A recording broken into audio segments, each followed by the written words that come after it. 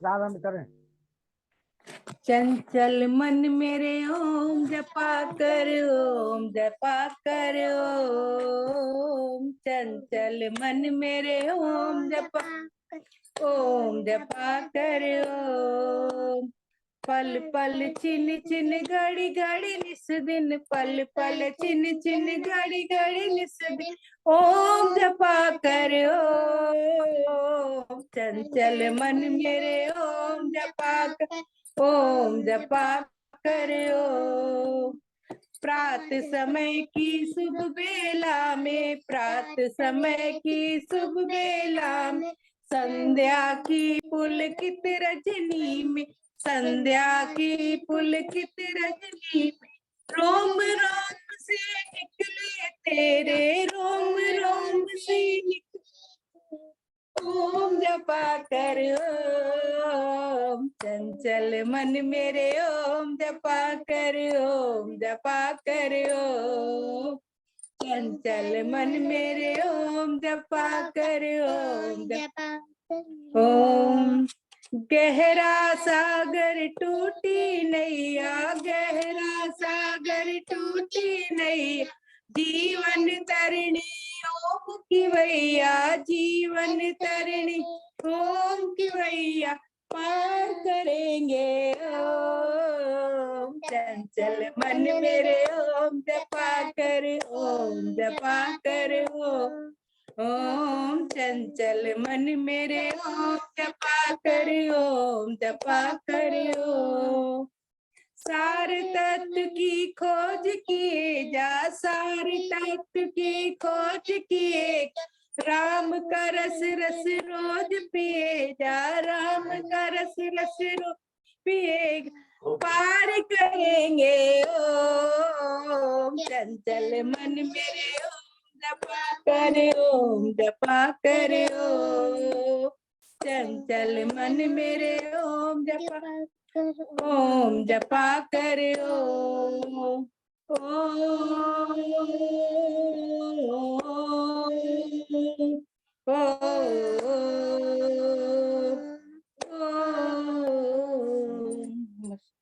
बहुत बहुत आभार माता सुमन शर्मा जी, बरेली से।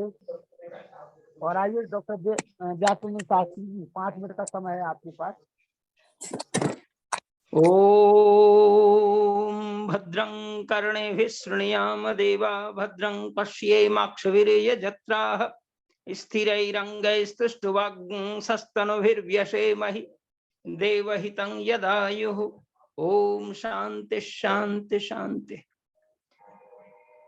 आर्यों के महाकुंभ के सम्मानीय संचालक मित्रवर आर्यरत्न श्री लखनलाल जी आर्य और इस कार्यक्रम से जुड़े हुए आज के मुख्य वक्ता आदरणीय भ्रातृप्रवर आचार्य प्रभामित्र जी, अंतर्राष्ट्रीय वैदिक प्रवक्ता,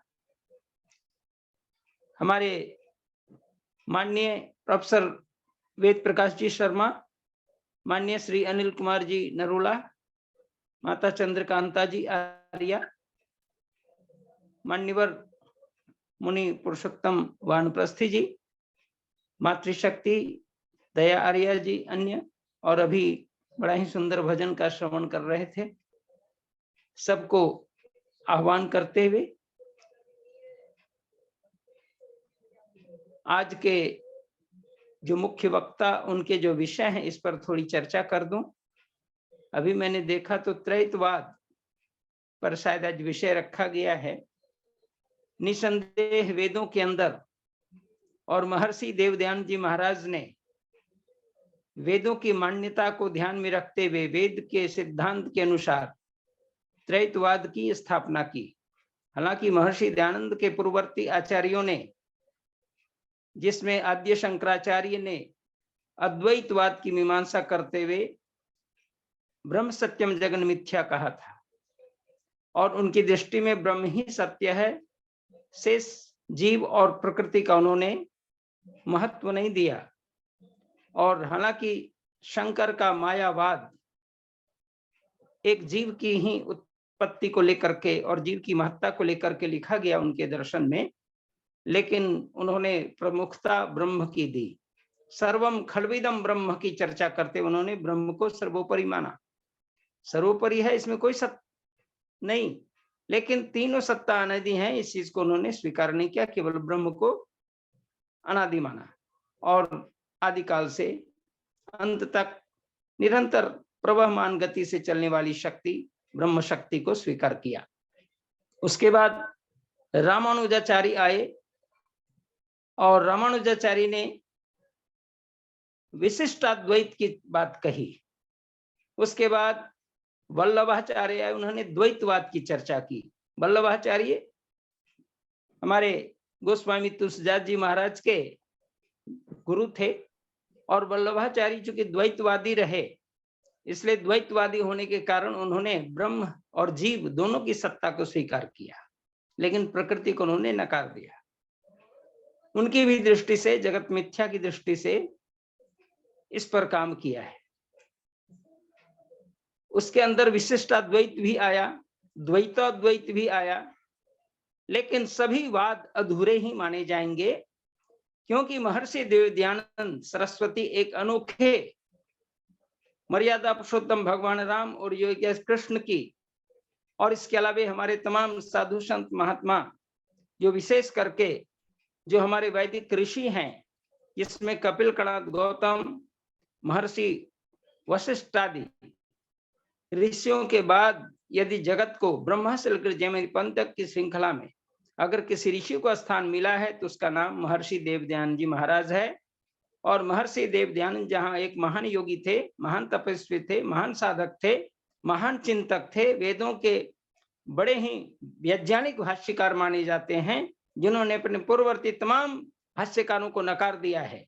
उसके बाद यदि ब्रह्म तत्व पर, जीव तत्व पर और प्रकृति तत्व पर विशेष वेदानुसार यदि कोई स्थापना की है वेदों के आधार पर, तो अपने पूर्वाचार्यों को खंडन करते हुए त्रैतवाद की स्थापना की थी। और उन्होंने वेद का प्रमाण दिया था, ओम द्वासुपर्णा सयुजा सखाया समानं वृक्षं परिसस्व जाते तयोरन्यः पिप्पलं स्वद्वत्ति अनस्नन्यो अभिचाक्षिति। एक वृक्ष है, वो प्रकृति का स्वरूप है, और उसमें सयुजा सखाया, जो मित्रवत रहने वाले दो पक्षी, जिसको सुपर्णा कहा गया है, सुंदर पंख वाले पक्षी, अर्थात दोनों एक स्वरूप वाले, प्रकृति भी अनादि, जीव भी अनादि और ब्रह्म भी अनादि, लेकिन वहां पर रूप का अलंकार के अंतर्गत दोनों ईश्वर और जीव को पक्षी के रूप में देखा गया है। और उसमें से एक पक्षी उस वृक्ष के सुस्वादु फल को खाता है और दूसरा न खाता हुआ केवल देखता है।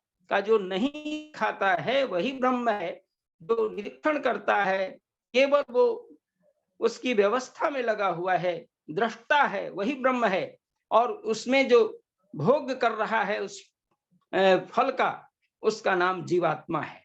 निसंदेह प्रकृति इस संपूर्ण जगत के अंदर उपादान कारण के रूप में है, जीव निमित्त कारण के रूप में है, और परमात्मा जीव साधारण कारण में है और परमात्मा निमित्त कारण में है। निसंदेह तीनों कारण बड़े ही महत्वपूर्ण हैं और तीनों अनादि हैं। तीनों सत्ता सदैव है, सदैव रहेगी, आगे भी रहेगी। इसलिए ऐसे तत्व की प्रतिष्ठा करने के लिए महर्षि देवदयानंद जी महाराज ने वेदों को खंगोल करके, उससे जो खंगालते हुए जो एक दर्शन दिया है, जो पूर्वाचार्य के तमाम मतों का खंडन करके उन्होंने त्रैतवाद की स्थापना की है। निसंदेह त्रैतवाद 1,96,08,53,000 के बाद की अगर 123 से पहले की गणना करेंगे तो शंकराचार्य के बाद यदि कोई इतनी गंभीरता और इतनी गुरुता, इतनी वैदिकता और इतनी कट्टरता के साथ वेद के मत को स्वीकार करने के लिए दुनिया वालों को एकीकृत किया है, निसंदेह स्वामी दयानंद इस परिप्रेक्ष्य में धन्य है और उनका त्रैतवाद भी धन्य है। निसंदेह इस त्रैतवाद की विवेचना, त्रैतवाद की मान्यता, और हम आर्यों ने जो इसको स्वीकार किया है, यह केवल आर्य तक न रहे बल्कि कृण्वत्सम आर्यम की घोषणा करते हुए पूरा विश्व इसको माने। इन्हीं भावनाओं के साथ मैं अपनी वाणी को विराम देता हूं। ओम शम। आइए अदिति बेटा।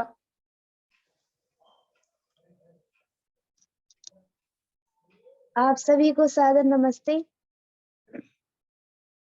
ईश्वर का गुणगान किया कर, कष्ट क्लेश मिटाने को, जीवन की यह नाव मिली है, भव सागर तर जाने को।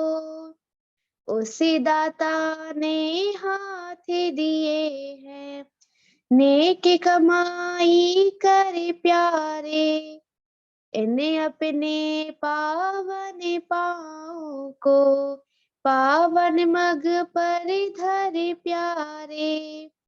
नुस्खा है यह इस दुनिया में, जीवन अमर बनाने को, ईश्वर का गुणगान किया कर, कष्ट क्लेश मिटाने को, जीवन की यह नाव मिली है, भव सागर तर जाने को। दर्द पराया देख के तुझको, दर्द उठे अपने तन में, हर्षित को लखे वर्ष मनाए, भावना भर दे जन में। यंत्र या करे पतझड़ में भी, मधुर बसंत खिलाने को, ईश्वर का गुणगान किया कर, कष्ट क्लेश मिटाने को, जीवन की यह नाव मिली है, भव सागर तर जाने को। सुख की शीतल छाया कर दे, दुखिया जन की कुटिया में, अपने घर में पड़ा रहा गर, आलसी बन कर खटिया पर, माना चोला फिर न मिलेगा, तुझको मौज उड़ाने को, ईश्वर का गुणगान किया कर, कष्ट क्लेश मिटाने को, जीवन की यह नाव मिली है, भव सागर तर जाने को।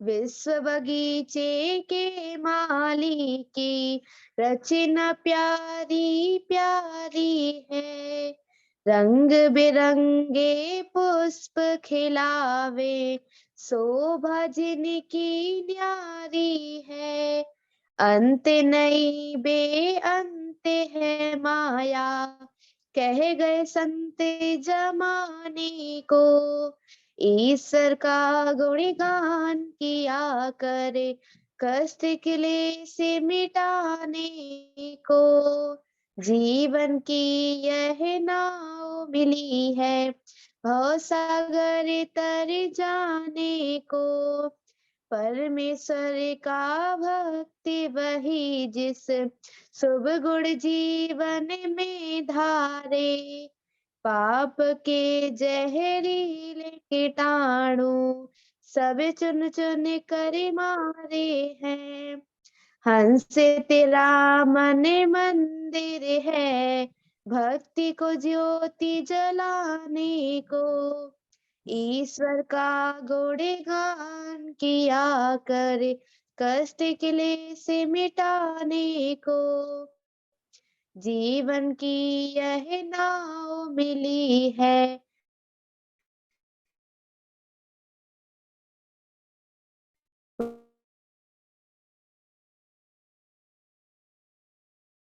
भव सागर तर जान।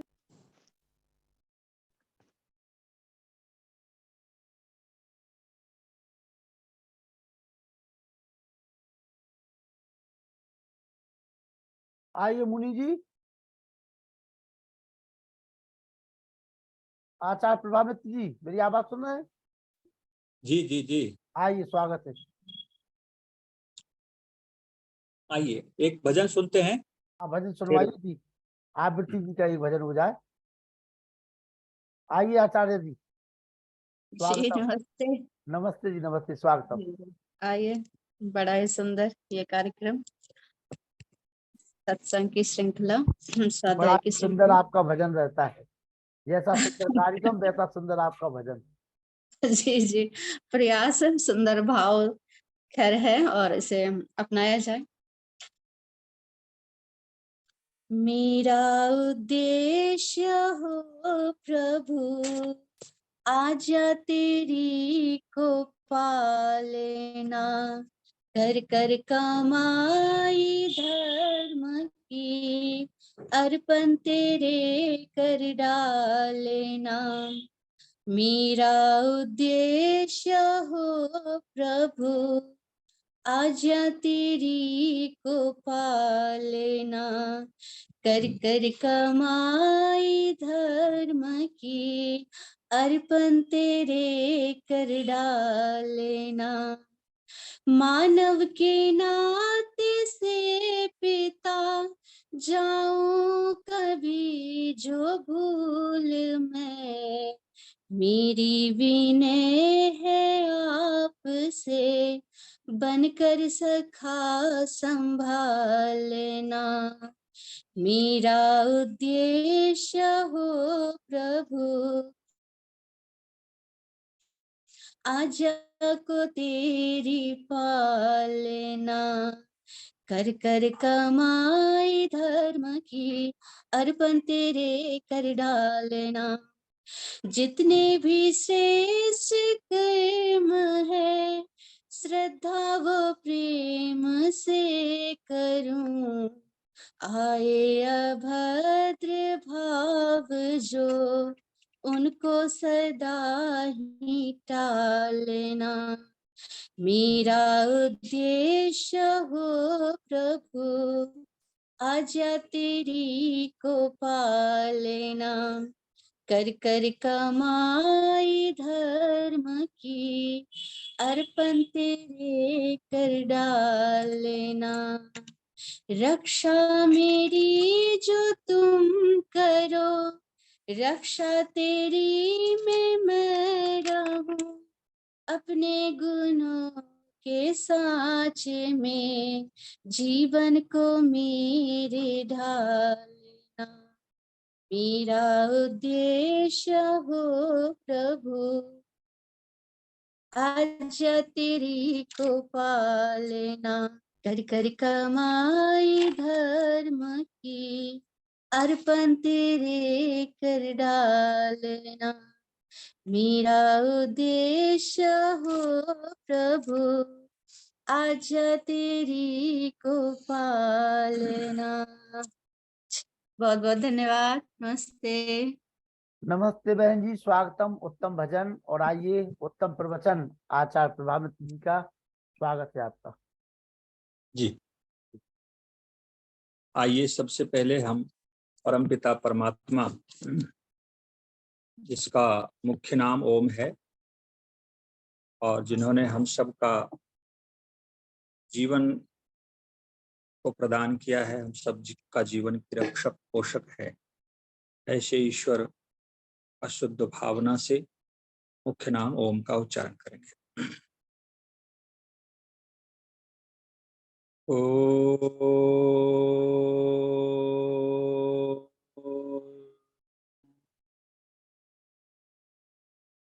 अकामो धीरो अमृत स्वयंभू, रसेन तृप्तो न कुतश्चनो नः, त्वमेव विद्वान् न विभाय मृत्यो,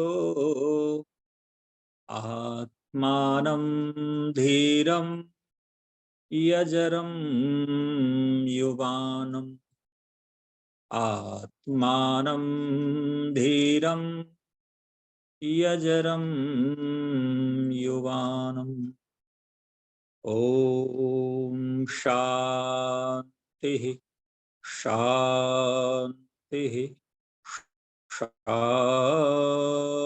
शांति ओम। पवित्र आत्मन, हमारे बीच उपस्थित कार्यक्रम के संयोजक आदरणीय शिक्षक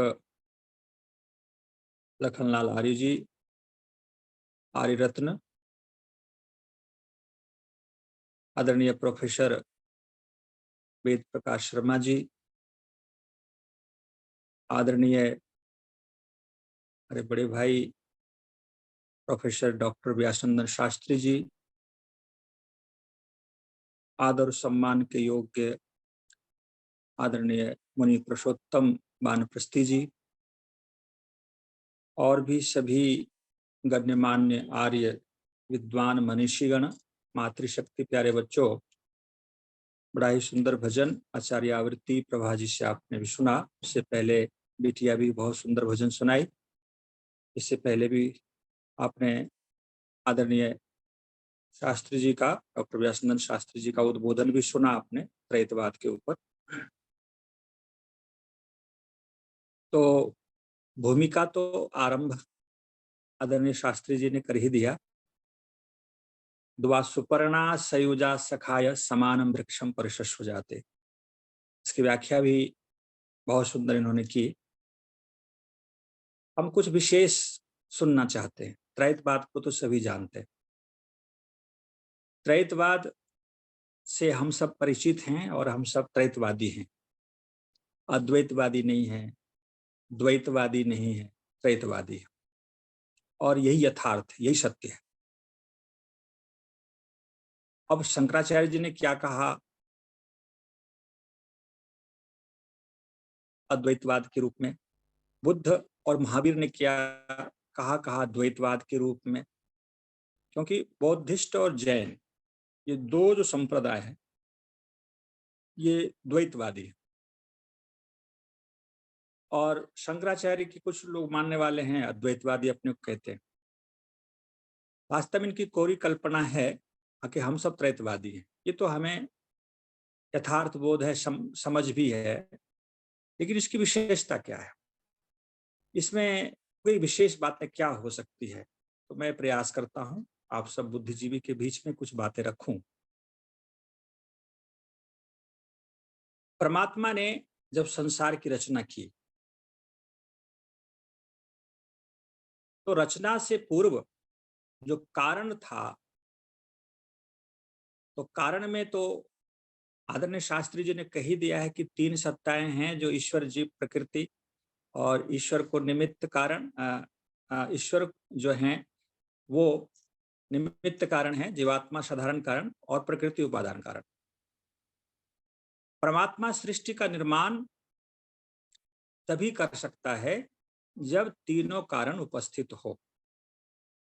इन तीनों के बिना तो संसार बन ही नहीं सकता। लेकिन अब विचार करना है कि इन तीनों कारण में से महत्वपूर्ण कारण, तो महत्वपूर्ण कारण उपादान कारण को हमें स्वीकार करना पड़ेगा। उपादान कारण के बिना इस सृष्टि का बनाना संभव नहीं था। ऐसे सभी कारण अपने आप में महत्वपूर्ण है और सबका स्थान अपने आप में अहम है। लेकिन हम मूल कारण, उपादान कारण पर अभी चर्चा करेंगे। बारी बारी से हम तीनों कारणों की विशेषता को समझने का कुछ प्रयास करेंगे। तो यहां पर जो उपादान कारण है वो भी तीन भागों में बटा हुआ है, सत्व, रज और तम। ये बड़ी विशेषता है। त्रैतवाद की महत्ता को सिद्ध करने के लिए उपादान कारण को ही विशेष लोग स्वीकार करते हैं और उसी की चर्चा करते हैं। उसके बिना हम सब आपस में बैठ करके चर्चा भी नहीं कर पाएंगे। ये शरीर ही नहीं रहेगा, संसार ही नहीं रहेगा। तो मूल जो रॉ मटेरियल है उपादान कारण, वो भी तीन भागों में बटा हुआ है, सत्व, रज, तम। ये कितनी बड़ी विशेषता है कि इन तीन भागों को मिलाकर के साम्य अवस्था प्रकृति कहा गया। अब प्रकृति मूल रूप से मूल कारण में तीन भागों में विभाजित होते हुए भी एक है। एक दूसरे के बिना न सत्व, न तम, न रज। ये तीनों आपसी सामंजस्य बना करके श्याम अवस्था में रहने से प्रकृति संज्ञा होती है, उसकी एक प्रकृति कहते हैं। जब वैषम्य अवस्था परमात्मा के सामर्थ्य से, परमात्मा की इच्छा से जब उपस्थित होता है, तो उस वैषम्य अवस्था में सृष्टि निर्माण आरंभ हो जाता है। और सृष्टि निर्माण के क्रम में तीनों सत्व रज तम, तीनों की भूमिका होती है। महतत्व का निर्माण जब होता है, पहला कार्य महतत्व, तो महतत्व में भले प्रधान और गौण भाव रहता है। अब कौन सा गुण प्रधान होगा, कौन सा गुण गौण होगा, ये विचारना है। महतत्व में सभी लोग जानते हैं सत्व प्रधान है। सतोगुण प्रधान होने से महतत्व कहा गया, इसलिए महतत्व का उपयोग हम लोग बुद्धि के रूप में करते हैं। ऐसे महतत्व इस पूरे ब्रह्मांड का आधार स्तंभ है, पूरे सृष्टि का, पूरे संसार का, चाहे वो पिंड हो या ब्रह्मांड हो, वो सत्व प्रधान है। सत्व की मात्रा उसमें परमात्मा ने बढ़ा दी। अब इसमें विचार करना है कि सत्व के कण, रज के कण और तम के कण, ये तीनों के कण वहां पर कण रूप में है या पोटेंसी के रूप में है, ये देखना पड़ेगा। ऐसे चर्चा में तो हम कर देते हैं कि सत्व के अनेक कण, रज के अनेक कण, तम के अनेक कण, इन तीनों को मिलाकर महतत्व बनता है, जिसमें सत्व की मात्रा, अब कण जब निर्धारित है, कण जब फिक्स है, सत्व लास्ट स्टेज में जो सत्व होगा, लास्ट स्टेज में जो तम रज होगा, वो तीनों की संख्या यदि मान लिया जाए तो वो फिक्स है, निश्चित है, उसको अब तोड़ा नहीं जा सकता है, उसको घटा बढ़ाया नहीं जा सकता। तो मैं ऐसा मानता हूं, इस पर काफी चर्चा हमारी हुई, बहुत गहन चर्चा कई लोगों से। तो इसको पोटेंशी के रूप में, क्योंकि महर्षि जी ने साफ कहा जहां पर अब टुकड़ा नहीं होता हो, जहां पर आप पार्टीशन नहीं कर सकते, वो लास्ट स्टेज है। अब उस लास्ट स्टेज को अब तोड़ ही नहीं सकते, अब वो फिक्स है, निश्चित है कण, तो उसको आप कैसे घटा सकते हैं, कैसे बढ़ा सकते हैं, ये भी विचार करना पड़ेगा।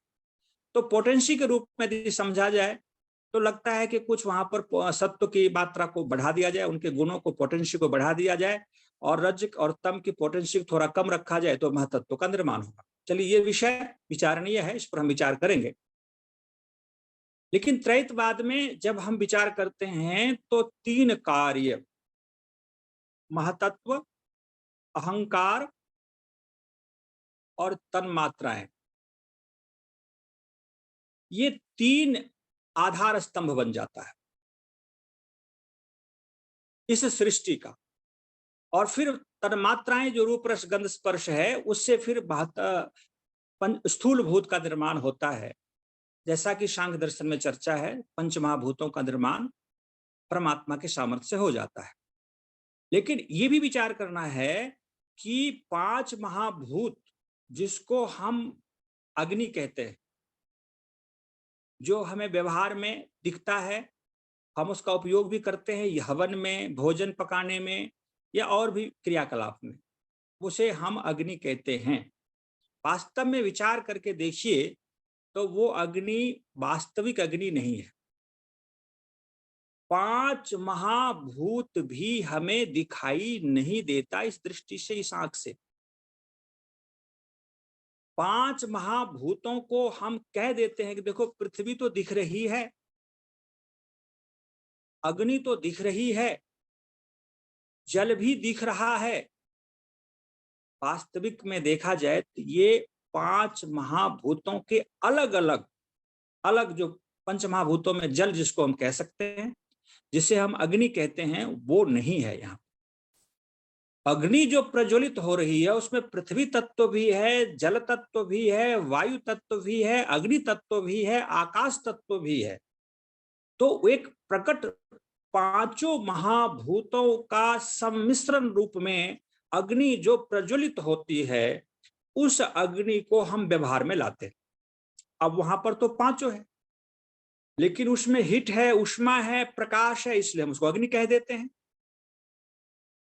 लेकिन क्या जब अग्नि प्रज्वलित ना हो, जैसे माचिस की तिल्ली ले लीजिए आप, अरणि मंथन, अरणि ले लीजिए, कोई पत्थर ले लें, अग्नि तो हर जगह।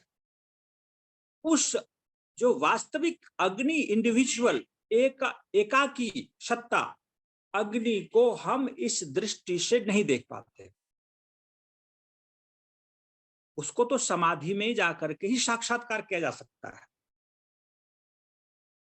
लेकिन जो दिखाई देता है जल के रूप में, पृथ्वी के रूप में, अग्नि के रूप में, ये इसमें मिश्रित है। पांचों महाभूत मिलकर के यह पदार्थ व्यवहार में आने लगता है। अग्नि की अधिकता होने से, उष्मा अधिक होने से हम उसे अग्नि कह देते हैं। जल शीतलता की अधिक होने से जल कह देते हैं। पार्थिव तत्व की अधिकता होने से पृथ्वी कह देते हैं। वास्तव में इसे जानने के लिए जो अलग अलग सत्ता करके जानेंगे तो समाधि का विषय बनता है। समाधि में योगी ही साक्षात्कार करता है, हम आप नहीं साक्षात्कार कर सकते। हम तो अग्नि को आज तक देखा ही नहीं इस आंख से, हमने आज तक जल को देखा ही नहीं। तो ये विषय बड़ा गहरा है। ये प्रसंग अनुसार हमने थोड़ी बातें इस पर की। त्रैतवाद में हम आते हैं कि परमात्मा ने जब पूरे ब्रह्मांड का निर्माण किया, वो भी 3 भागों में निर्माण किया। भी बड़ा विचारणीय और बड़ा विचित्र वर्णन मिलता है कि त्रैतवाद कैसे अपने आप में सिद्ध है, पूर्ण है, कि परमात्मा ने ब्रह्मांड को भी 3 भागों में विभाजित किया। पृथ्वी, अंतरिक्ष और द्यू, ये 3 लोग, 3 काल, 3 सत्ताएं, 3 दुख, 3 वेद, अब 3 गुण। अब देखा जाए तो ये 3 की आपस में कितनी जुगलबंदी है। क्यों नहीं इस पर वेदांती लोग विचार करता? अद्वैतवादी, द्वैतवादी को विचार करना चाहिए। सृष्टि निर्माण में भी ये 3 ही दिखाई देता है।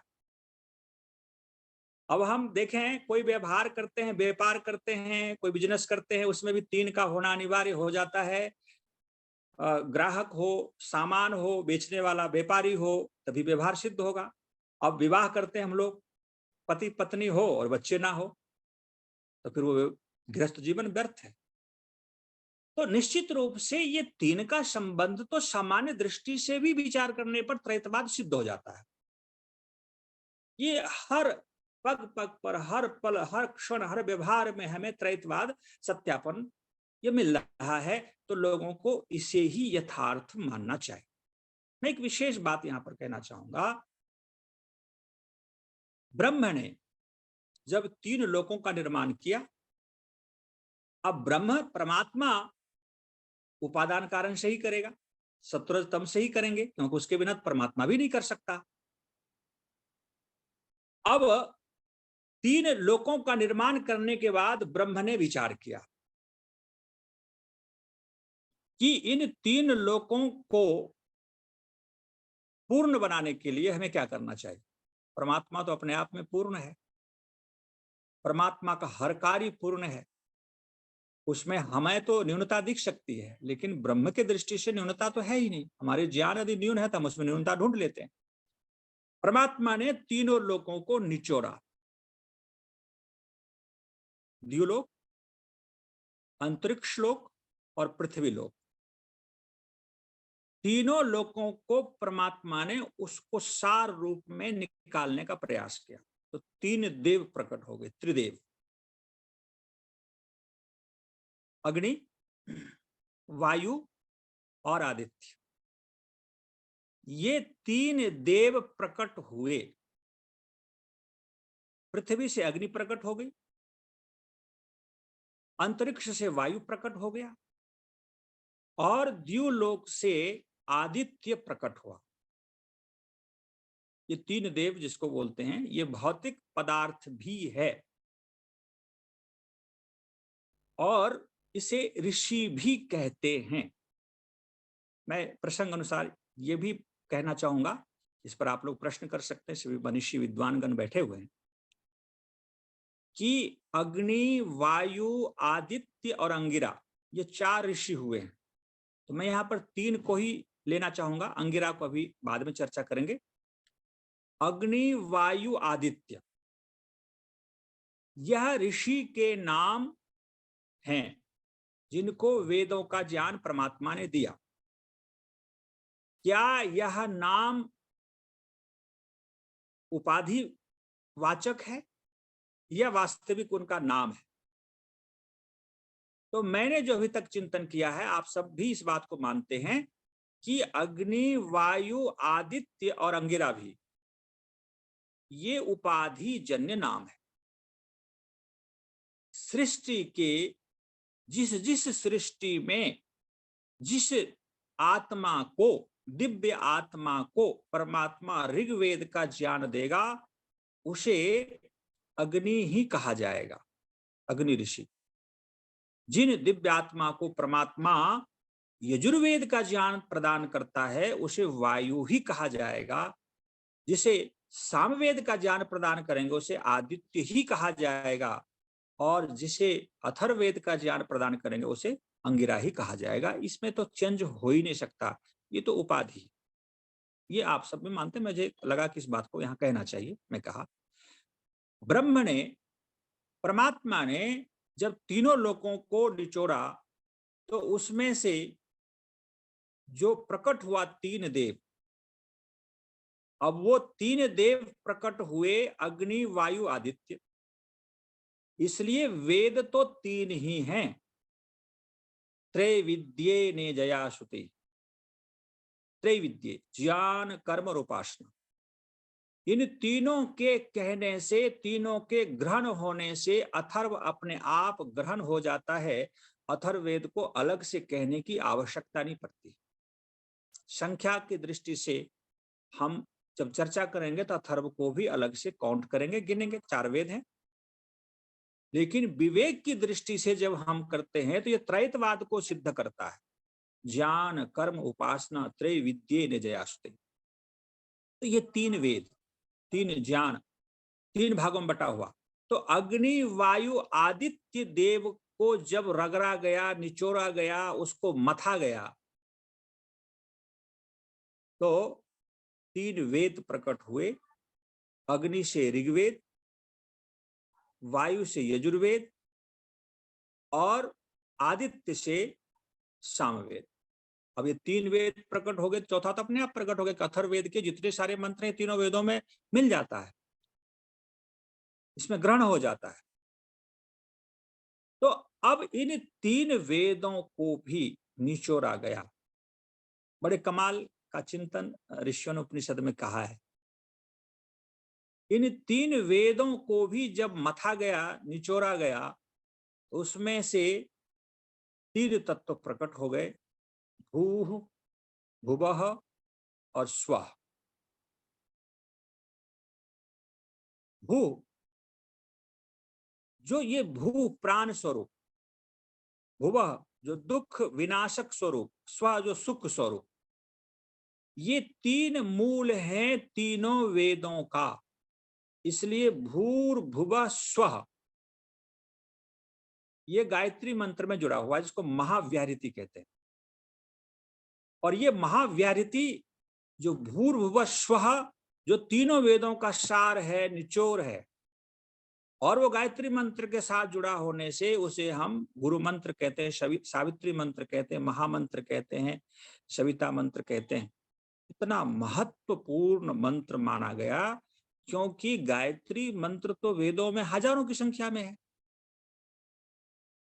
लेकिन तत्सवितुर्वरेण्यम भर्गो देवस्य धीमहि को ही गुरु मंत्र, महामंत्र इतनी महत्ता दी गई। महर्षि दयानंद सरस्वती जी भी 1,000 बार गायत्री मंत्र के जप के बाद अपना दिनचर्या आरंभ करते थे, उनके जीवन में संकेत मिलता है। तो इतनी महत्ता गायत्री की क्यों है? क्योंकि इसमें त्रैतवाद सिद्ध होता है। त्रैतवाद, इसमें भूर्भुवः स्वः जुड़ा हुआ है, और भूर्भुवः स्वः तीनों वेदों का सार है।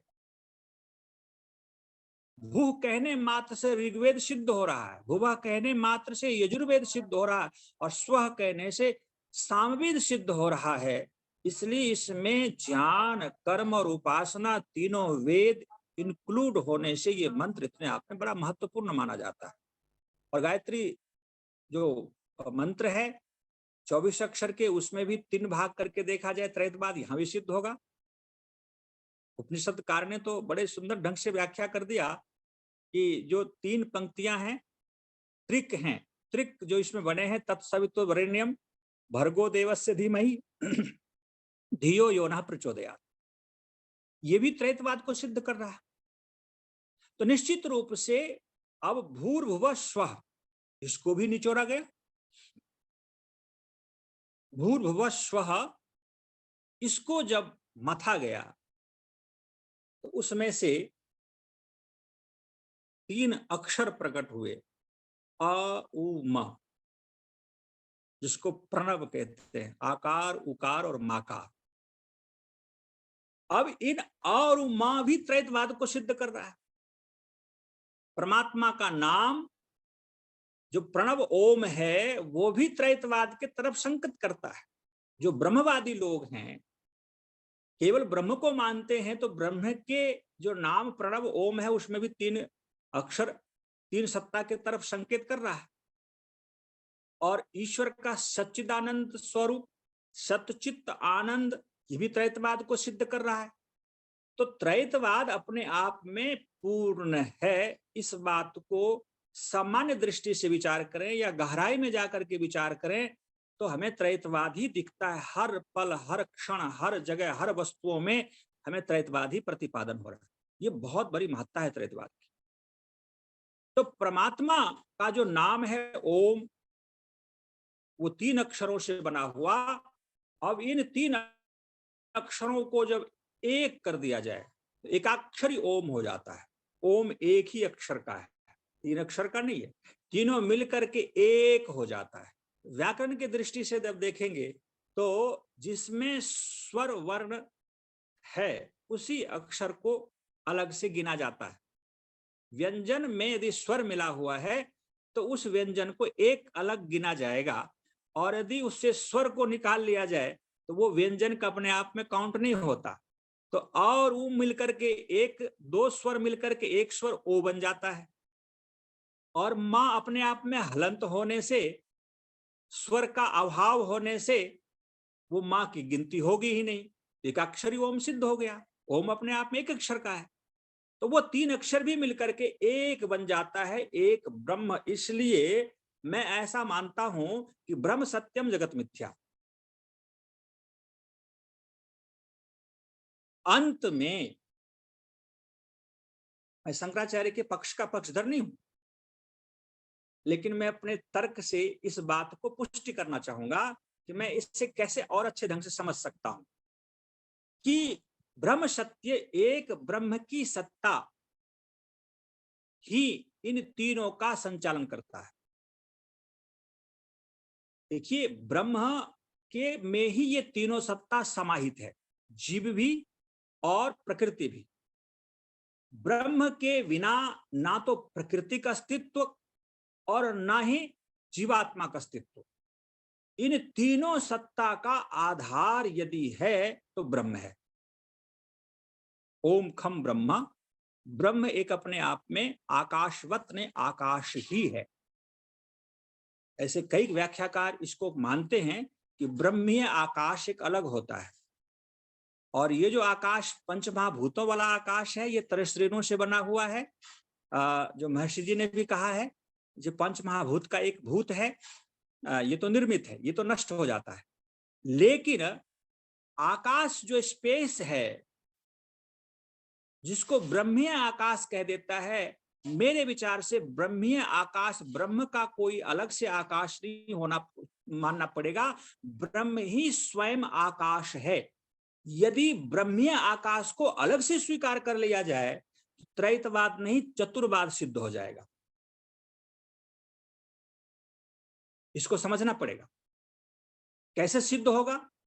क्योंकि एक जीव है, एक प्रकृति है और एक ब्रह्म है। और ये तीनों रहता कहाँ है?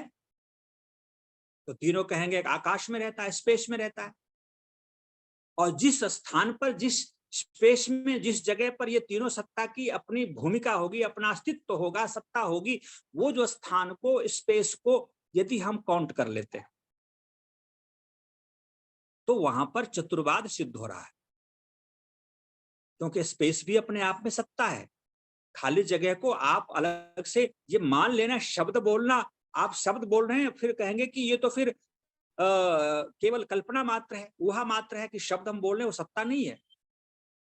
तो मैं ऐसा कह सकता हूं, ओम खम ब्रह्म, यजुर्वेद का अंतिम शब्द है ना, ओम खम ब्रह्म हिरण्मयेन पात्रेण सत्यस्या पिहितम मुखम।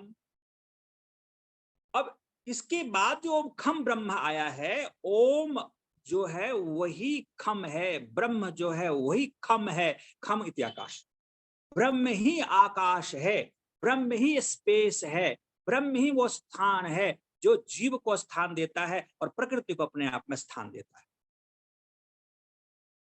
तो ब्रह्म अपने आप में एक सत्ता है, और उसे आकाश कह लें या उसकी वो ज्ञान कह लें या ब्रह्म कह लें, ईश्वर कह लें, तो वेदांती लोग कहते हैं कि ब्रह्म सत्यम जगत मिथ्या। यदि दृष्टिकोण हमें थोड़ा बदल लिया जाए, महर्षि दयानंद सरस्वती जी ने शंकराचार्य जी के प्रति भी बड़ी श्रद्धा रखा, बड़ा आदर से उन्होंने प्रयोग किया। आदि शंकराचार्य जी ने जैनियों को हराने के लिए ब्रह्म सत्यम जगत मिथ्या कहा, तो आदरणीय है, स्तुत्व है। क्योंकि एक नास्तिक को, एक अवैदिक लोगों को वेद पथ पर लाने के लिए, ब्रह्म की सत्ता को स्वीकार करवाने के लिए ऐसा कहा, जो ब्रह्म की सत्ता को स्वीकार नहीं करता है तो सबसे प्रीतिपूर्वक धर्मानुसार यथा योग बरतना चाहिए, ये सिद्धांत लागू हो जाता, तो ठीक है। लेकिन वास्तव में यदि उन्होंने ऐसा माना, बिल्कुल ठीक नहीं है, ऋषि साहब कहा। तो मैं ऐसा समझता हूं कि शंकराचार्य बहुत मनीषी थे, बहुत बड़े विद्वान थे, उनके अनुयायियों ने बड़ा ही उथल पुथल मचाया,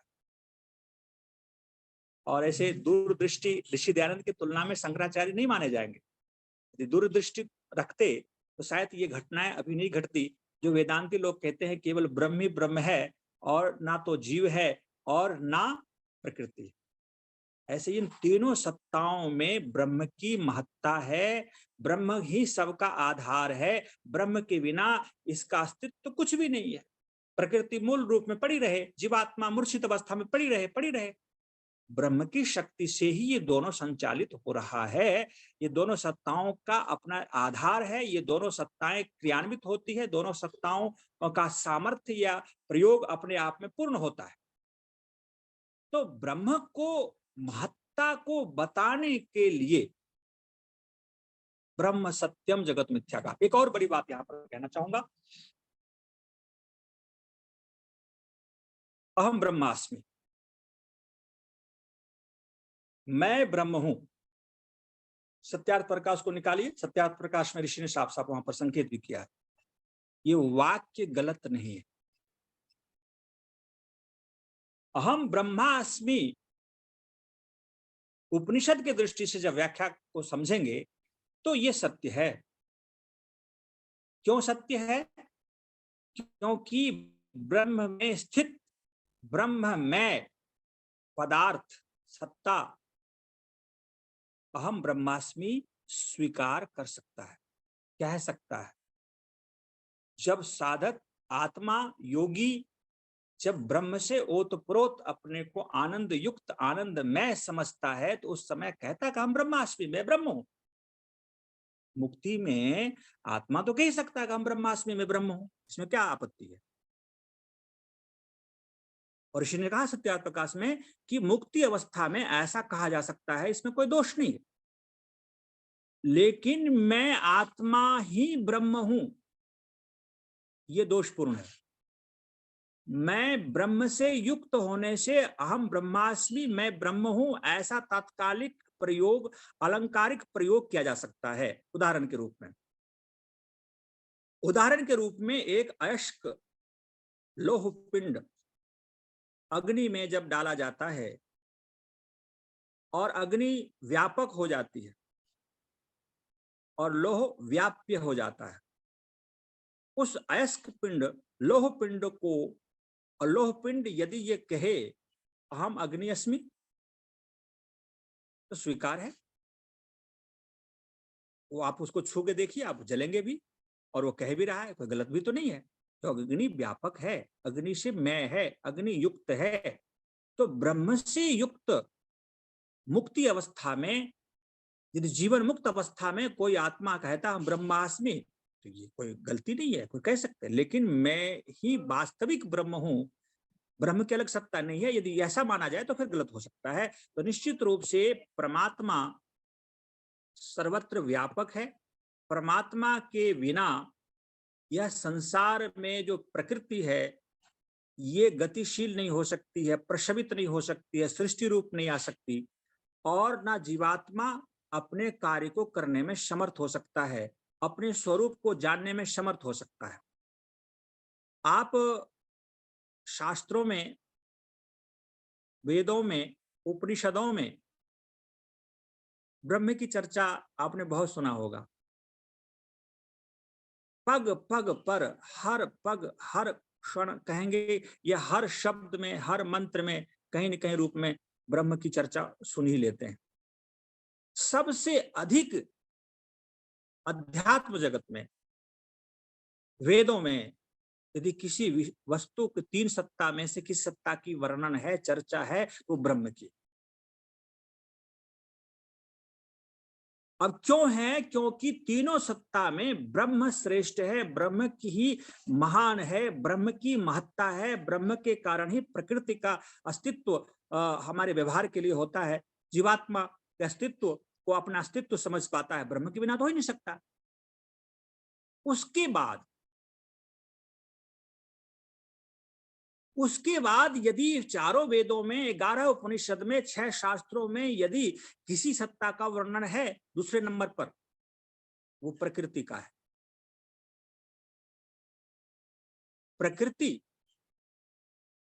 प्रकृति के बिना फिर वो संसार नहीं बनेगा। जैसे अभी पहले कह रहा था कि प्रकृति का आधार उपादान कारण के रूप में, रॉ मटेरियल के रूप में है, तो उसको तो चाहिए ब्रह्म पहला, दूसरे नंबर पर प्रकृति। अब इन दो के बीच में एक पेच फंसा हुआ है, वो जीव ब्रह्म के आनंद को पाना चाहता है, अकेले वो पा नहीं सकता। जिसको पाना ब्रह्म जीव चाहता है, जीवात्मा जिसको चाह रही है, ब्रह्म को पाना, आनंद को पाना, अकेले अपने आप संभव नहीं। तो फिर आधार प्रकृति बनती है, साधन प्रकृति बनती है, सृष्टि रूप में आकर के। अब यहां पर देखा जाए, जिसको हमें पाना है और जिसके द्वारा पाना है, ये दो ही साधन महत्व रखेगा। अब वहां पर कर्ता तो अपने आप में गौण ही रहता है। किसी सज्जन ने हमसे ये प्रश्न किया कि आचार्य जी, आप ये बताओ कि वेदों में जीवात्मा की चर्चा बहुत कम है और बस कह के निकल जाते हैं, बस जीव है। अब जीव है तो है, लेकिन जैसे विशद व्याख्या प्रकृति की मिल जाती है, अब ब्रह्म का तो कहना क्या, पग पग पर ब्रह्म की ही चर्चा है। क्योंकि ब्रह्म की ही महानता है, उसकी महानता से, उनकी महत्ता से, उनकी कृपा से, उनकी स्तुति से, उनका गुण कीर्तन से, उनके ज्ञान से ही तो हम वहां तक जाते हैं और उसी को प्राप्त करना है। तो जिनको जानना है, जिनको प्राप्त करना है, जिनकी कृपा चाहिए, जिनका सामर्थ्य चाहिए, उसी की चर्चा अधिक होगी। इसलिए ब्रह्म की चर्चा तो अधिक है। लेकिन साधन की भी चर्चा है, साधन को नकारा नहीं गया। साधन जो सत्वरज तम है उसको नकारा नहीं गया, क्योंकि उसके बिना तो हम आगे बढ़ नहीं सकते। फिर उसके दूसरे नंबर पर प्रकृति की चर्चा कर दी। लेकिन जो करता है जीव, जिसको जाना है, जिसको प्राप्त करना है, उसकी चर्चा बहुत कम मिलती है। उनकी आवश्यकता क्या है? वो तो बस कह दिया एक जीव सत्ता है, जीव है, आत्मा है, और वो ब्रह्म को पाना चाहता है। लेकिन जीव के बारे में न्याय दर्शन में थोड़ा सा संकेत किया है, सांख्य में भी किया है, योग में तो बहुत कम। कहा जाए ऐसे तीनों सत्ता के हर जगह मिल जाएंगे आपको संकेत, लेकिन मैं विशेष चर्चा की बात कर रहा हूं जहां इस पर गहन पाठ पाठ खोला गया हो, चर्चा किया गया हो। जीवात्मा के बारे में कहीं मिलता है विशेष क्या?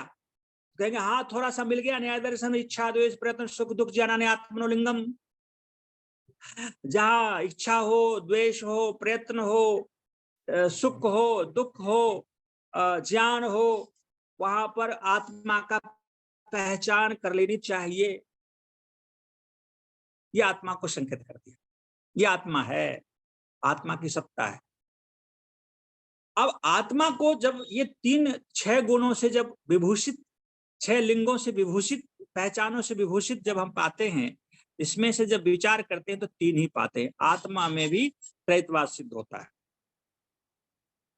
आत्मा में भी त्रैतवाद सिद्ध हो रहा है, प्रकृति में भी त्रैतवाद सिद्ध हो रहा है सत्वरजतम के रूप में, और परमात्मा ब्रह्म में भी अ उ म सत चित्त आनंद के रूप में त्रैतवाद सिद्ध हो रहा है। अब कहाँ जाएंगे, कहाँ बचेंगे त्रैतवाद से? आप विचार करके देखिए। परमात्मा में सत्वरजतम सच्चित आनंद, सत्वरजतम प्रकृति, और जीव में जो 3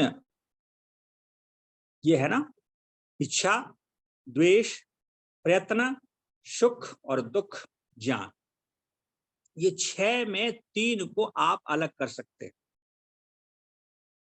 3 को अलग करके देखिए। आत्मा का स्वाभाविक जो इच्छा है वह गुण है, स्वाभाविक इच्छा गुण, वो कभी मोक्ष में भी जीवात्मा से अलग नहीं होता। प्रयत्न, प्रयत्न जो गुण है आत्मा का, वो मोक्ष में भी अलग नहीं होता। और तीसरे नंबर पर ज्ञान, ये ज्ञान भी आत्मा के का स्वाभाविक गुण है। भले अल्प ज्ञान अपना हो, लेकिन वो ज्ञान का एक डॉट हो, एक बिंदु हो, लेकिन वो ज्ञान उसका स्वरूप है। परमात्मा सर्वज्ञ है, जीवात्मा अल्पज्ञ है, अल्प ज्ञान है। परमात्मा सर्वज्ञान है, लेकिन ज्ञान उसका मूल है। लेकिन इसमें 3 को आप विचार करके देखिए, द्वेष, सुख और दुख, ये मोक्ष में नहीं रहता, ये नैमित्तिक है, ये निमित्त से आत्मा के साथ जुड़ जाता है। आत्मा का सामर्थ्य में है द्वेष को करने का। द्वेष का मतलब यहां पर जलन नहीं लेना है, जलस्य भाव नहीं लेना है। द्वेष का मतलब दूरी, जिसमें दुख होगा वो दूरी बनाएगी आत्मा। दुख की अनुभूति, सुख की अनुभूति, चेतन होने से अनुभूति रूप में सामर्थ्य तो है, लेकिन ये सुख दुख सदा आत्मा के साथ नहीं रहता, द्वेष सदा नहीं रहता, मोक्ष में ही रहेगा ही नहीं, 3 ही रहेगा, इच्छा प्रयत्न और ज्ञान। अब यहां भी त्रैतवाद बिल्कुल स्पष्ट रूप से सिद्ध हो रहा है। जीवात्मा को पकड़ लें, प्रकृति को पकड़ लें, ब्रह्म को पकड़ लें, जहां से भी पकड़े त्रैतवाद ही त्रैतवाद सिद्ध हो रहा है। क्या सुंदर विवेचन अपनी वैदिक वांग्मय में त्रैतवाद का किया गया है, विश्लेषण। बहुत विचित्र वर्णन है हर पल। अब आप व्यवहार काल में तो हमें हर समय यही दिखने को मिलता है ना। अब जब हमारे जीवन के भी 3 पड़ाव होते हैं, बाल्यावस्था, युवावस्था, वृद्धावस्था, और हमारे आश्रम व्यवस्था में भी 3 ही की तो प्रधानता है, ब्रह्मचर्य आश्रम, गृहस्थाश्रम और वानप्रस्थाश्रम। संन्यास आश्रम की तो कोई विशेष महत्ता है ही नहीं, वो तो फल है, वो रिजल्ट है। संन्यास तो रिजल्ट है। हमें संन्यास में जाना है, लोकेशना वित्तेषणा पुत्रेषणा को समाप्त करके सन्यासी भाव में आना। सन्यासी और योगी तो पर्यायवाची है। हम जिस दिन से योगी हो गए वही सन्यासी है। संन्यास आश्रम को प्राप्त करने के लिए ये 3 आश्रम की तो महत्ता है, ब्रह्मचर्य आश्रम, गृहस्थाश्रम, वानप्रस्थाश्रम। ये त्रैतवाद तो यहां भी सिद्ध हो रहा है। देखा जाए तो 3 शवन भी होते हैं, प्रातः शवनम, मध्याह्न शवन और सायं, मध्याह्न दिन के अनंतर सायंकाल शवन। तो अब यहां पर देखा जाए, यज्ञ से संबंधित चर्चा करते हुए उपनिषदकार ने यह भी कहा कि प्रातः काल में जो यज्ञ किया जाए वो सुधार के लिए होता है, सुधार के लिए। और मध्याह्न काल में जो यज्ञ किया जाए वो तप के लिए यज्ञ होता है, और सायंकाल जो यज्ञ किया जाए वो देवों की पूजन के लिए, देवों को प्रसन्न करने के लिए, देव अस्तित्व के लिए देवजन शाम में यज्ञ करते हैं। अब इसमें बहुत बड़ा दर्शन है और इसको चर्चा करेंगे तो और नई नई बातें निकल के आएगी। प्रश्न भी आपके मन में आ रहा होगा, सामान्य दृष्टि से प्रश्न बहुत सारे आ जाएंगे, लेकिन दार्शनिक ढंग से विचार करेंगे तो इसमें बहुत रहस्य छुपा हुआ है। मैं उधर नहीं जाना चाहूंगा, समय संकेत कर रहा है कि वहां आप न बढ़े। मैं कल जो चर्चा किया था आपके बीच में, जो निश्चित रूप से यथा पिंडी तथा ब्रह्मांडे, तो ब्रह्मांड और पिंड इसमें भी जहां भी जाए वहां पर भी त्रैतवाद ही नजर आ रहा है।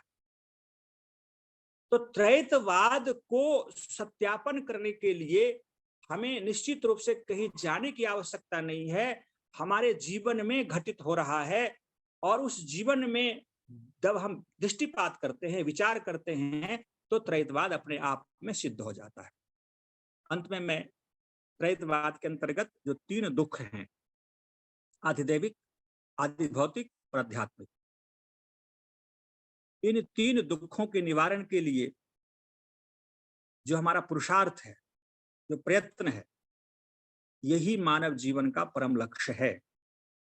तो हम जीवात्मा निश्चित रूप से इन 3 दुखों के निवारण के लिए, त्रैतवाद का उल्लंघन करने के लिए, ब्रह्मवादी बनने के लिए, अहम ब्रह्मास्मि होने के लिए हमें प्रयत्न करना चाहिए। जब तक हम इन 3 दुखों से ग्रसित होंगे तब तक हम त्रैतवाद के उलझन में पड़े रहेंगे।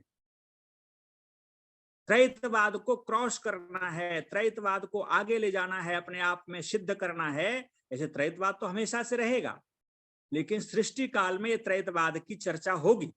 लेकिन जब जीवात्मा को मोक्ष हो जाए, मुक्ति मिल जाए, ब्रह्ममय हो जाए, तो फिर वहां पर प्रकृति पड़ी है, ठीक है, वो उनके लिए है जो बंधन में है। जो जीव जो मुक्त में चला गया, उनके लिए त्रैतवाद प्रकृति की अपनी कोई महत्ता है ही नहीं। वहां तो ब्रह्म जीवात्मा भी अपने स्वरूप को भूले रहती है, आनंद में निमग्न रहती है। तो उस त्रैतवाद को सिद्ध करने के लिए, त्रैतवाद का सार्थकता, त्रैतवाद की महत्ता, त्रैतवाद का पूर्णता जीवात्मा को ब्रह्ममय हो जाने के लिए ही सिद्ध करता है, संकेत करता है। तो हमें जीवन का जो कल का विषय है, अंतिम उत्कर्ष, इस मानव जीवन का अंतिम उत्कर्ष क्या है और हमें क्या करना चाहिए, इस विषय के तरफ ले जाते हुए कल हम इस पर चर्चा करेंगे कि त्रैतवाद का उल्लंघन करना है, हमें इस पचड़े से बाहर निकलना है। मैं अंत में एक उदाहरण दे दूं। हम सब यात्रा कर रहे हैं, हम सब यात्री हैं, और यात्रा कर रहे हैं कहाँ से? बीच शहर से निकल रहे हैं। तो बीच शहर से जब निकलेंगे ना, तो निश्चित रूप से ट्रैफिक जो लाइट है, रेड लाइट, वो आपको मिलेगा, और पग पर आपकी अपनी गाड़ी को रोकना पड़ेगा। रेड लाइट हुआ, आप गाड़ी को रोकिए, उल्लंघन नहीं कर सकते नियम को, तोड़ेंगे तो फिर फाइन होगा। तो ये जो जीवन है, अविद्या से जब तक हमारा जीवन ग्रसित रहेगा, हम इस उलझनों में वाद विवाद और ये सब मरण जीवन और गृहस्थी संसार बनाते बनाते का पता नहीं कब से चल रहा है, ये चलता ही रहेगा। और जब इसको हम पार कर जाते हैं, क्रॉस कर जाते हैं, एक हाईवे है जिसपे ट्रैफिक लाइट नहीं है, उस ट्रैफिक लाइट वाला रास्ता को नहीं पकड़ना है, तो योग का मार्ग है, जीवन का जो अंतिम उत्कर्ष है, जिसके लिए कोई बंधन नहीं, कोई आश्रम व्यवस्था नहीं। अब आप गृहस्थ में है तो गृहस्थ का दायित्व पालन करना पड़ेगा, ब्रह्मचारी है तो ब्रह्मचारी का दायित्व पालन करना पड़ेगा। और जब आप मुक्ति मार्ग पर चल पड़ेंगे, आपके जो रेड लाइट है कम होता चला जाएगा, रेड लाइट समाप्त हो जाएगा, आपके लिए कोई रुकावट ही नहीं। फिर लोग कहेंगे जी हमारा कर्तव्य, हमारा ड्यूटी, हमारा ये होता है ना। अब बहुत सारे लोग अपने ड्यूटी को बना रखा है, ये मेरी ड्यूटी है, मेरा कर्तव्य है। वास्तव में देखा जाए, विवेक की दृष्टि से ड्यूटी बनाई गई, मानी हुई है। वास्तविकता में कोई ड्यूटी होता नहीं है, ड्यूटी तो एक ही है, हो जाना, 3 दुखों से पार हो जाना, त्रैतवाद का पालन कर जाना। बहुत बहुत धन्यवाद। आप सब कुछ प्रश्न करेंगे आगे। ओम शांति शांति शांति। और सबसे पहला प्रश्न होता है हमारे प्रेम सचदेवा जी का, स्वागत है उनका। अभी वो हमें लगता है किसी साथ समारोह में रसगुल्ले खा के आ रहे हैं। आइए, स्वागत। मैं रसगुल्ले खाने जा रहा हूँ जी। मैं इस प्रोग्राम को छोड़ नहीं सकता कभी भी, इसलिए मैं रुक गया हूँ। मुझे 8 साढ़े 8 बजे जाना था, मैंने कहा नहीं, मैं इसको पूरा करके ही जाऊंगा और आचार्य जी का विशेष धन्यवाद करके जाऊंगा, क्योंकि आज जो भी उन्होंने कहा मेरे अंदर उतर गया। और क्योंकि मैंने सब कुछ छोड़ दिया, मैंने कहा नहीं, मेरी लगन थी इस प्रोग्राम को देखने की और आचार्य जी को सुनने की। मैं उनका हृदय से धन्यवाद करता हूँ। आज का उन्होंने व्याख्यान बहुत ही अच्छा दिया, क्योंकि मैंने पूरा कैच किया उसको। और लखनलाल जी, आपको विशेष धन्यवाद, और कल फिर मिलते हैं। और मैं अब निकलता हूँ। धन्यवाद जी। स्वागत है आपका, जाइए, आपकी यात्रा मंगल हो। और आप हमारी तरफ से भी एक रसगुल्ला एक्स्ट्रा खाना आप। जी जी, एक की जगह 2 खा लूंगा, बाकी चीजें छोड़ दूंगा। चलिए, आइए व्यस्त का शर्मा जी 2 शब्द। बहुत ही सुंदर त्रैतवाद के बारे में बताया हम लोगों को, लेकिन जो बाद में जितने द्वैतवाद और विशिष्टाद्वैतवाद, द्वैताद्वैतवाद, इनका क्या चक्कर था आचार्य जी? ये क्यों पैदा हो गए? देख, ये सब अविद्या से पैदा, जो ये सब विशिष्टाद्वैत, द्वैताद्वैत, ये सब आप उस पेज में पेज फंसाते गए, जितनी मूर्खता होती गई, जितना अविद्या बढ़ती गई, उसको ऐसे ऐसे पार्टों में विभाजन करते चले गए। ऋषि दयानंद ने प्रकाश में इस सारी बातों का संकेत किया है, लेकिन हम पढ़ते हैं तो हम लोग लगते हैं कि कहीं अपने समय और बुद्धि को हम व्यर्थ कर रहे हैं। क्योंकि त्रैतवाद तो विशिष्टाद्वैताद्वैत, इसमें हम क्यों, और उनकी बात समझ भी बड़ा कठिन होता है। जितनी होगी उतना वो क्लिष्ट बनता चला जाता है।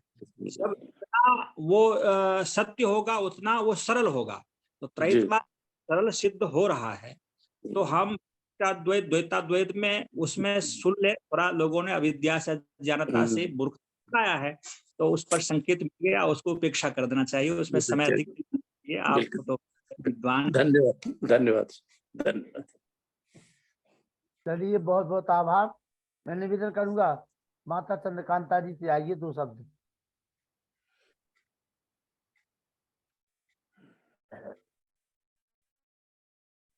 प्रिय वी लखनलाल जी, नमस्ते। राज्य प्रमुख वक्ता श्री आचार्य जी, व्यासनंदन शास्त्री जी, तथा हमारे आदरणीय मुनि जी, मेरे भ्राता अनिल जी, वेद प्रकाश जी, तथा अन्य सभी श्रोतागण, सभी को यथा योग्य अभिवादन। मैं अभी जुड़ी हूँ, थोड़ा सा ही सुन पाई हूँ, और उसमें मेरा एक प्रश्न यही है, थोड़ी सी मुझे वो हो रही है कि संशय है कि क्या ये सत्य है या नहीं, कि जैसे आत्मा जब मोक्ष की ओर जाती है, आपने बताया कि उसको प्रयत्न करना पड़ता है, प्रयत्न उसके साथ रहता है, स्वाभाविक गुण इच्छा उसके साथ रहती है, और तीसरा क्या बताया था? ज्ञान। तो शायद मैंने पढ़ा है कहीं कि आत्मा का जितना अधिक ज्ञान होता है, वो उतना आनंद अधिक प्राप्त कर सकता है।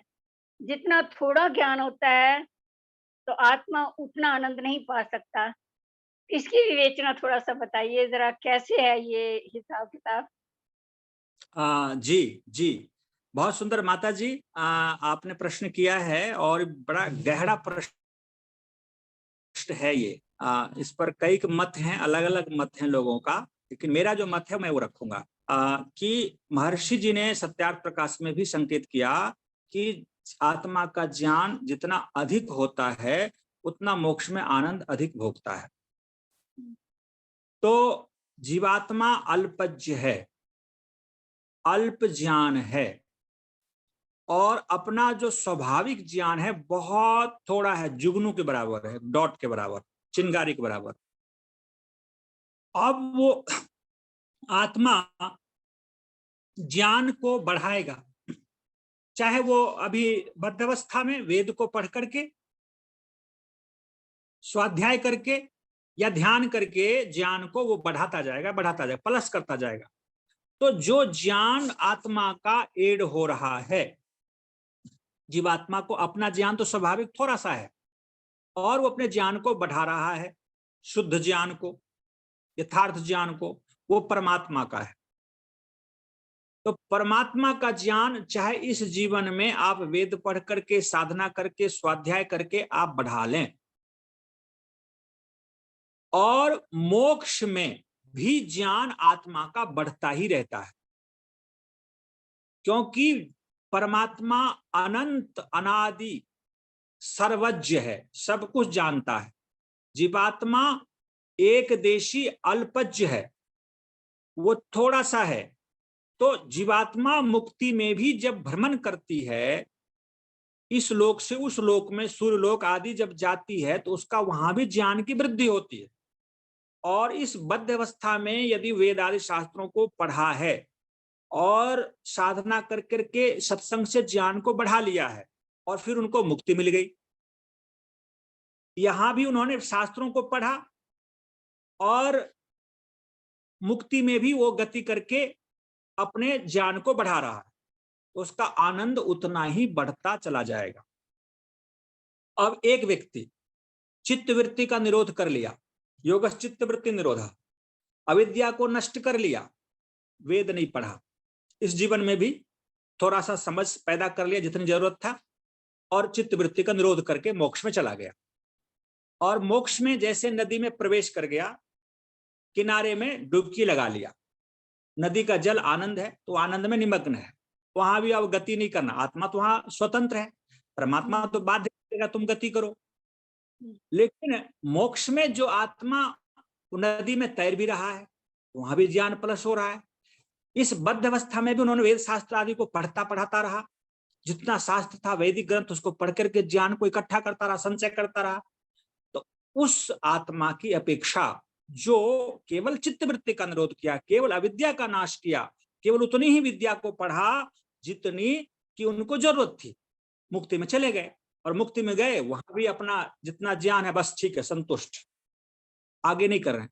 तो स्वामी जी ने जो ये कहा कि आत्मा का ज्ञान जितना अधिक होगा उतना आनंद अधिक बढ़ेगा, ठीक ही कहा, क्योंकि चाहे इस जीवन में बद्ध अवस्था में, चाहे मुक्ति में, आत्मा ज्ञान को बढ़ा लेगा, परमात्मा के ज्ञान को अपने में जोड़ेगा, प्लस करेगा, उतना उसका आनंद बढ़ेगा।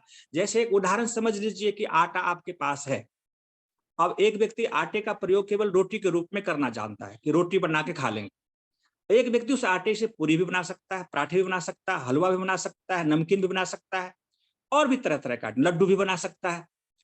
अब आटे से संबंधित अनेक ज्ञान उस व्यक्ति को है, उसको सुख अधिक मिलेगा कि नहीं मिलेगा? जरूर मिलेगा। और एक आटा है जी रोटी बना के, इतना ही जानते हैं। तो जिसका ज्ञान जिस विषय में अधिक होगा, आनंद में भी वो अधिक जुड़ेगा, परमात्मा संबंधित ज्ञान इकट्ठा किया है, संचय सूचना, उसका आनंद उतना ही बढ़ता ही जाता है। इस रूप में हमें समझना चाहिए। हाँ, एक बात और, जैसे आपने बोला कि चित्त वृत्तियों को रोककर जो मोक्ष की ओर जाता है, वो नदी किनारे बैठकर वहीं निमग्न रहता है, आगे नहीं बढ़ सकता वो? बढ़ सकता है, उससे स्वतंत्र बाध्य नहीं है, बाध्यता नहीं है। लेकिन अब जिनको ज्ञान इन्होंने, अब जैसे बद्ध अवस्था में शास्त्र आदि को पढ़ करके वो गया है, तो उसके सूचना इंफॉर्मेशन है उसके आत्मा में कि वो आत्मा को कि ये परमात्मा का स्थिति है, ये परमात्मा का अनंत ब्रह्मांड है, अनंत संसार है, यहाँ से भी है, और वहां भी वो प्रयत्न करने में स्वतंत्र है। आपका प्रश्न है क्या वहां बाध्य है? नहीं, परमात्मा किसी को रोकेगा नहीं, जीवात्मा तो फिर बद्ध अवस्था में आ जाएगी, मुक्ति में स्वतंत्र। वहां चांसेस मिलते हैं प्रयास करने के? हाँ जी, उसको वहां प्रयत्न करने के अवस्थाएं या अवसर मिलता है? अवसर तो प्राप्त ही है। मोक्ष में जाने के बाद प्रयत्न तो आत्मा का स्वाभाविक गुण है, वहां भी कर सकता है। तो वहां से भी लिया जाए कि मोक्ष में चले गए, नदी में प्रवेश कर गए, आप प्रयत्न करेंगे, इच्छा करते जाएंगे, आपका ज्ञान वहां भी बढ़ेगा, मोक्ष में भी बढ़ेगा ज्ञान, आत्मा के साथ जुड़ेगा नया नया ज्ञान, तो आनंद भी उतना बढ़ता चला जाएगा, ऐसा मानना चाहिए। धन्यवाद जी आचार्य जी, बहुत दिनों से ये संशय था मेरा, आपने उसको बड़े अच्छे तरीके से वर्णन किया। और फिर अनिल नरूला जी। बहुत बहुत धन्यवाद। धन्यवाद। अनिल आचार्य प्रभा मित्र जी, आपको बहुत बहुत सादर प्रणाम। प्रणाम। और डॉक्टर व्यासनंद शास्त्री जी, लखनलाल जी, वेद प्रकाश शर्मा जी, मुनि पुरुषोत्तम जी और बहनचंद कांतैया और सभी आर्यजनों को भी सादर प्रणाम। आचार्य जी, आपने वेद के बारे में, ब्रह्म के बारे में और त्रिविध प्रक्रियाओं के बारे में, जो कि बड़ा ही एक किस्म से जटिल और गंभीर से विषय है, इसको आपने काफी सरल ढंग से समझाने का प्रयास किया और आपका प्रयास काफी हद तक इस मामले में सफल भी रहा है। काफी कुछ संशय इस बारे में स्पष्ट हुए हैं। और आचार्य जी, एक बार मैंने एक आर्टिकल में पढ़ा था कि त्रिविध प्रक्रियाओं में आज जैसे वेद मंत्र हैं, उसमें लिखा था कि वेद मंत्र जो है, वैदिक मध्यकालीन भाष्यकारों ने जोड़ दिया कि वेद मंत्रों का उपयोग केवल यज्ञ के संबंध में है और इसका जीवन में कोई उपयोग नहीं है। और ये भ्रांति जो है आगे बढ़ती चली गई और इसी के कारण भागवत कथा, भागवत पुराण और अपना गीता आदि का ज्यादा प्रचार हुआ, जिससे लोग जो है वेदों की तरफ ज्यादा ध्यान नहीं किया गया। तो आचार्य जी, क्या कुछ ऐसा है कि ये भागवत पुराण और गीता वगैरह ये कोई वेद विरुद्ध, इसमें कुछ संशय रहता है कि भाई वेद विरुद्ध है, ऐसा कुछ इसमें? उनकी ये बात सही है कुछ? बिल्कुल सही है। ये तो आप सब ऋषि दयानंद के अनुयायी हैं, हम सब ऋषि को मानते हैं। ऋषि दयानंद साफ कहा है कि भागवत पुराण लिखने वाले माँ के गर्भ में ही मर जाता तो शायद इस प्रकार के जो विसंगतियां आई है भगवान कृष्ण से संबंधित या जो धर्म से संबंधित, वो विसंगतियां नहीं आती। तो ये जो भागवत पुराण है, 18 पुराण जो कल्पित है, ये पुराण बिल्कुल हमारे धर्म से कहीं दूर ले जाता, सत्य से कहीं दूर ले जाता है। इसमें अधिकांश बातें कल्पित ही की गई है, कल्पना मूलक है, मिथ्या है। और कुछ बातें जो यथार्थ सत्य है, तो अन्य जैसे विश्व से युक्त हो तो वह त्याज्य होता है। उसी प्रकार से जो भागवत पुराण है या और भी जो पुराण है, गरुड़ पुराण और शिव पुराण आदि, उसमें थोड़ी सी सत्य बातें हैं, बाकी बहुत अधिकांश बातें मिथ्या ही है, वेद विरुद्ध ही है, सृष्टि विरुद्ध ही है, सत्य विरुद्ध ही है। इसलिए वैसे ग्रंथों को स्वीकार नहीं करना चाहिए। अब गीता की बात आपने कही है, गीता जो मात्र 70 श्लोक का गीता, जो महाभारत का एक भाग है, अलग से उन्होंने लोगों ने पुस्तक की रचना कर दी, गीता कह दिया, और उसमें 700 श्लोक आज मिलता है। क्या ये 700 श्लोक सत्य है? उसमें भगवान कृष्ण को ईश्वर बताया गया, परमात्मा बताया गया। तो निश्चित रूप से गीता जो मूल गीता है, मात्र भगवान कृष्ण का वो 70 श्लोक में जो अर्जुन का उपदेश अर्जुन को दिया है, वो पूर्ण हो जाता है। तो हमें गीता मानते हैं, हम गीता को नहीं मानते ऐसी बात नहीं है, पुराण को भी मानते हैं। पुराण में जो 18 पुराण है वो कल्पित है, मिथ्या है, झूठा है, उसको नहीं मानना चाहिए। पुराण में जो 4 पुराण है, जो ब्राह्मण ग्रंथ है, सतपथ, गौपथ, ऐतरेय और साम, जो प्राचीन है, अधिक प्राचीन है, इसे ही पुराण कहते हैं, जिसे इतिहास भी कहते हैं, गाथा भी कहते हैं, नाराशंसी भी कहते हैं। तो इसको हमें मानना चाहिए और यही मूल इतिहास, मूल पुराण है, जो अति प्राचीन है, वैदिक इतिहास। लेकिन जो ये भागवत पुराण आदि हैं, ये तो महाभारत काल के बाद लिखा गया, और महाभारत काल के बाद वो भी शंकराचार्य की शायद बाद भी लिखा गया हो। कुछ ऐसे पुराण हैं, उसको व्यास जी का नाम रख दिया गया भागवत पुराण पर, जबकि पंडित बोपदेव शास्त्री के मित्र मंडली ने लिखा है, पाखंड फैलाया है अपने स्वार्थपूर्ण, छलकपटपूर्ण, और उसको व्यास जी का नाम रख दिया। अब एक और बात आपको मजे की बताऊं कि एक अपने गायत्री परिवार के जो लोग हैं, बहुत सारे पुस्तक लिखते हैं, वेद का भी जैसे तैसे भाष्य भी किया, दर्शनों का भाष्य किया। उसमें लेखक का नाम क्या आता है? श्री राम शर्माचार्य। लिखते हैं कोई और, लेखक धर देते किसी और का नाम, क्योंकि लोग उसको स्वीकार करेंगे। तो पुराण आदि रचना पंडित बोपदेव आदि शास्त्री लोगों ने किया है, पाखंडी ने, और उसमें व्यास आदि ऋषि महर्षियों का नाम धर दिया, और है ये नवीन, उसका नाम रख दिया पुराण, प्राचीन। तो इस प्रकार से विसंगतियां हैं। तो आर्य जी, अनिल बाबू, हमें निश्चित रूप से ये भागवत आदि पुराण को नहीं मानना चाहिए। और गीता भी 700 श्लोक है, ये सारे श्लोक सत्य नहीं है, इसमें कुछ श्लोक सही हैं, तो उसको हमें मानना चाहिए। और हमें वेद जब यथार्थ हमारे पास उपलब्ध है, उपनिषद दर्शन उपलब्ध है, तो हमें उसी में ही प्रयास करना चाहिए, समय लगाना चाहिए, उसी को पढ़ना, पढ़ाना, सुनना, सुनाना हमारा परम धर्म है, और उसे करना चाहिए। नमस्ते। तो आचार्य जी, वेदों का पूर्ण अच्छी तरह से ज्ञान हो तभी हम निर्णय कर सकते हैं कि उसमें क्या, कौन सी चीज ठीक है और कौन सा धर्म का ठीक नहीं है। वेदों का ज्ञान वास्तविक होगा तभी काम चल सकता है। वेदों ज्ञान तो होना ही चाहिए, ये तो होना ही चाहिए, लेकिन ऋषि दयानंद ने सूत्र दे दिया है सत्य को जानने के लिए। सृष्टि क्रम के अनुकूल, अपने आत्मा के अंतःकरण पवित्रता के अनुरूप, और 18 जो प्रमाण है, प्रत्यक्ष, अनुमान, उपमान, ऐतिहासिक, शब्दता, प्रतिसंभव, भाव, तो ये शब्द, ये सब 18 प्रमाण के अनुरूप, और वेद भी है उसमें। तो वेद को हम हटा देते, वेद हम नहीं पढ़े हैं, कोई बात नहीं।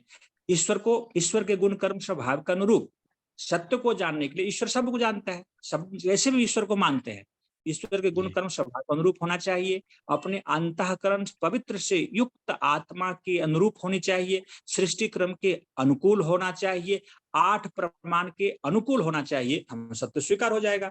इन सब बातों को सूत्र रूप में हम समझ लें, वेद ना भी पढ़े हों तो सत्य को समझने में हम समर्थ हो सकते हैं, असत्य को हटा सकते हैं। धन्यवाद आचार्य, बहुत अच्छी तरह आपने बताया, धन्यवाद। चलिए आइए डॉक्टर व्यासनंदन शास्त्री जी।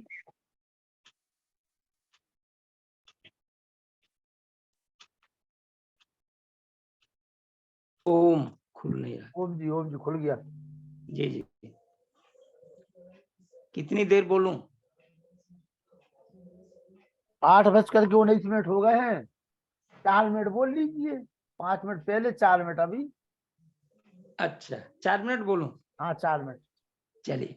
ओम ये त्रिसप्ताह पर्यन्त विश्वारूपाणि बिभ्रतः वाचस्पतिर्बला तेषां तन्वो अद्य दधातु मे। ओम शांति शांति शांति। बड़ा ही सुंदर संचालन कर रहे आदरणीय मित्रवर लखनलाल जी आर्यरत्न महोदय, और आज के मुख्य वक्ता माननीय आचार्य प्रभामित्र जी शास्त्री, और इस कार्यक्रम से जुड़े हुए जितने भी शंका समाधान पा रहे थे, हमारे माननीय अजय प्रधान प्रेम सचदेवा जी, और प्रोफेसर डॉक्टर वेद प्रकाश शर्मा जी, माता चंद्रकांता आर्या जी, और आदरणीय अनिल कुमार नरूला जी, सबों ने अपना समाधान पाया। और इसी कड़ी में आज का व्याख्यान बड़ा ही अद्भुत रहा। और त्रैतवाद तो हमारी संस्कृति की रीढ़ है, उसके बिना हमारी संस्कृति खड़ी नहीं हो सकती। और वेद का संपूर्ण वांग्मय यदि आप समझते हैं या समझना चाहिए तो बिना त्रैत से समझना मुश्किल है, क्योंकि हमारी पूरी संरचना जो है त्रैत पर आधारित है। जैसे मैं कहूं कि पूरा संसार जो बना हुआ है वो त्रैत से ही जुड़ा हुआ है, 3 काल से जुड़ा हुआ है। भूत भविष्यत वर्तमान, ये 3 काल नहीं रहेंगे तो हम परमात्मा को कैसे इस रूप में समझ पाएंगे और हम अपनी बुद्धि को कैसे दौड़ा पाएंगे। इसलिए यो भूतं च भव्यं च सर्वं यश्चादितिष्ठति, इस मंत्र में भी परमात्मा को भूत भविष्यत और वर्तमान का ज्ञानी माना गया है। इससे भी हमें प्रेरणा लेने की आवश्यकता है। और आचार्य प्रभामित्र जी ने इस संबंध में बहुत अच्छी अच्छी बातें बताई हैं, लेकिन बहुत सारी बातें समय कम होने से नहीं बता पाते लोग, इसलिए मेरे पास जो समय है कुछ इसको जोड़ देता हूं। जैसे कि महर्षि दयानंद सरस्वती ने सत्यार्थ प्रकाश के प्रथम समुल्लास में ईश्वर के ओंकार आदि 100 नामों की व्याख्या की है। उसमें जो प्रथम नाम जिसको आचार्य श्री ने कहा ओम, उसके अंदर 3 अक्षर हैं, और महर्षि दयानंद अक्षरों में भी त्रैत को गिनाते हैं। जैसे आकार से विराट, अग्नि, विश्व आदि 3 का नाम लेते हैं, फिर आदि में चले जाते हैं। उसी तरह से उकार को गिनाते वहां भी त्रैत से गिनाते हैं, जिसको कहते हैं हिरण्यगर्भ, वायु, तेजस आदि। मकार को लेते हैं, कहते हैं ईश्वर, आदित्य, प्राज्ञादि। यहाँ भी 3-3 का उन्होंने इस चीज को जोड़ा है। और इसके अतिरिक्त जब हम अपने जीवन को देखते हैं तो वहां भी त्रैत की श्रृंखला बनी हुई है। और कल जैसा कि मैंने कहा था कि शरीर के भी टुकड़े किए जाएं तो 3 खंड इसका आसानी से हो सकता है, जो एक शिरो भाग का, और एक बीच का भाग है, और एक अधः भाग है। ये 3 खंड 3 लोकों के प्रतीक हैं। भू भुवः स्वः, ये 3 लोक हमारे अद्भुत हैं। और परमपिता प्रभु को भी त्रैत से जोड़ा गया है, क्योंकि परमपिता प्रभु के जहां मुख्य नाम ओम उसके 3 का जोड़ा, तो परमात्मा भी मुख्य रूप से 3 ही काम को कर रहा है। वैसे काम तो उनके बहुत हैं, लेकिन 3 मुख्य काम है। एक सृष्टि करना, दूसरा सृष्टि को स्थिति में रखना, जिसको पालन करना कहिए, और अंत में प्रलय करना। ये 3 काम परमात्मा का अद्भुत है, ये इसमें भी त्रैत जुड़ा हुआ है। और इसके साथ ही साथ यदि हम यज्ञोपवीत धारण करते हैं तो वहां भी त्रैत 3 ऋण की चर्चा है, देव ऋण, पितृ ऋण और ऋषि ऋण। जब हम यज्ञशाला में बैठते हैं तो हवन कुंड की 3 मेखलाएं बताती हैं कि भू भुआ स्व को ही जोड़ने वाली मेखला, अर्थात यज्ञ से पृथ्वी लोक का भी उपकार होता है, यज्ञ से अंतरिक्ष लोक का भी उपकार होता है, और यज्ञ से द्युलोक का भी उपकार होता है। अर्थात यज्ञ से बढ़कर दूसरा कोई उपकारक पदार्थ है ही नहीं, कोई उपकारक कर्तव्य नहीं है। और अभी नरोड़ा साहब ने कहा कि वेदाः यज्ञार्थाः कल्पिताः, इस प्रकार से मध्यकाल के लोगों ने यज्ञ को ही प्रधान मान करके वेदों की व्याख्या कर दी और कर्मकांड की पुस्तक मान करके केवल चर्चा की, तो वस्तुतः उनका अज्ञान अंधकार कहा जाएगा, जबकि वेद के अंदर पूर्ण विज्ञान है।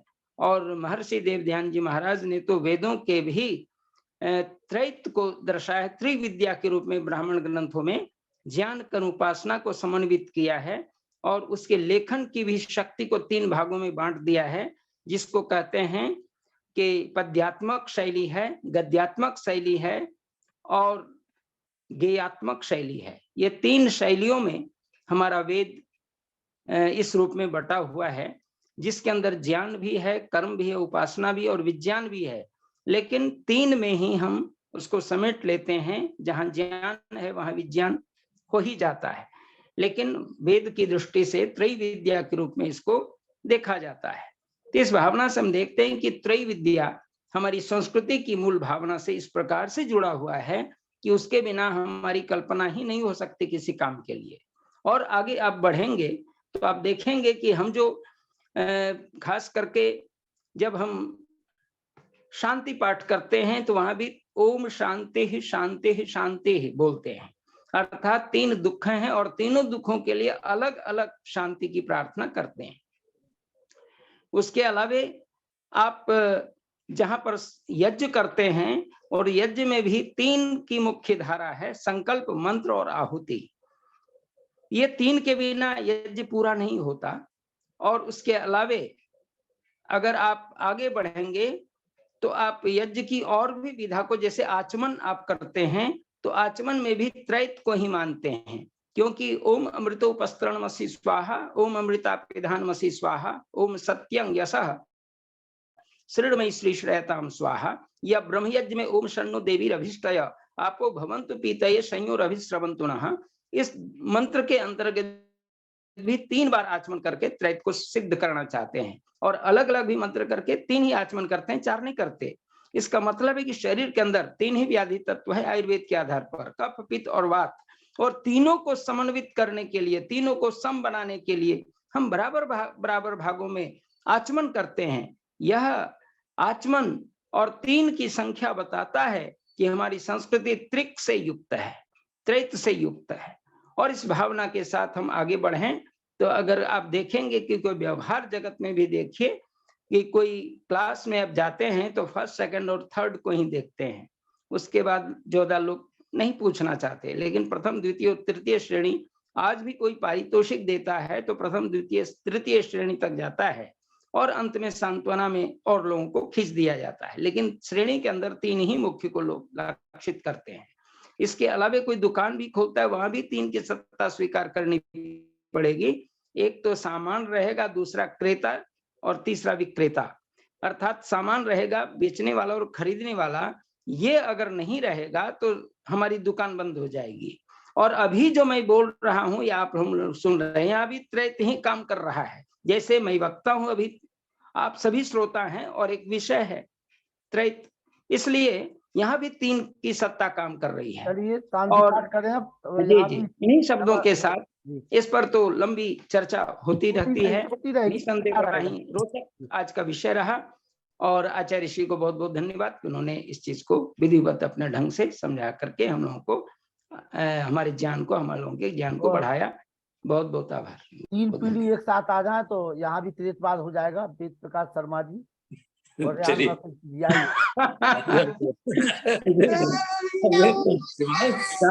शांतिरंतरिक्षं शांतेः शांतिराप शांतिरौषधय शांति वनस्पतय शांति विश्वे देव शांति ब्रह्म शांति सर्व शांति शांतिरेव शांति श्याम शांति रेति ओम शांति शांति शांति। जो बोले सोवे सत्य सनातन पहले धर्म की जय। गुरु विजयानंद की जय। वैसी दयानंद की जय। मर्यादा पुरुषोत्तम श्री रामचंद्र की जय। योगेश्वर श्री कृष्ण चंद्र की जय। पंडित लेख राम की जय। भारत माता की जय। गौ माता की रक्षा हो पालन हो सारे समाज अमर रहे ज्योति जलती रहे ओम का झंडा ऊंचा रहे आर्यों के महाकुंभ की जय। कड़क धनी वैदिक अभिवादन सबको नमस्ते जी। ओम सर्वेभ्यो नमः। नमः। सबको सादर नमस्ते नमस्ते। नमस्ते जी। चलिए एक सेकंड है ना, मैं ऐसे बताऊं। माइक खोल लिए राजेश्वर जी, नमस्ते कर लीजिए। मैंने सबके माइक ऑन कर दिए हैं। सभी को नमस्ते। राजेश्वर पटेल जी, बहन जी नमस्ते। हाँ नमस्ते, सभी को नमस्ते। नमस्ते सभी को। शुभरात्रि। नमस्ते जी विदेश जी, नमस्ते राजेश जी, नमस्ते नमस्ते नमस्ते नमस्ते नमस्ते नमस्ते आचार्य जी, नमस्ते नमस्ते। शुभरात्रि। कल मुलाकात होती है आप सभी। जी जी, कल मिलते हैं। धन्यवाद।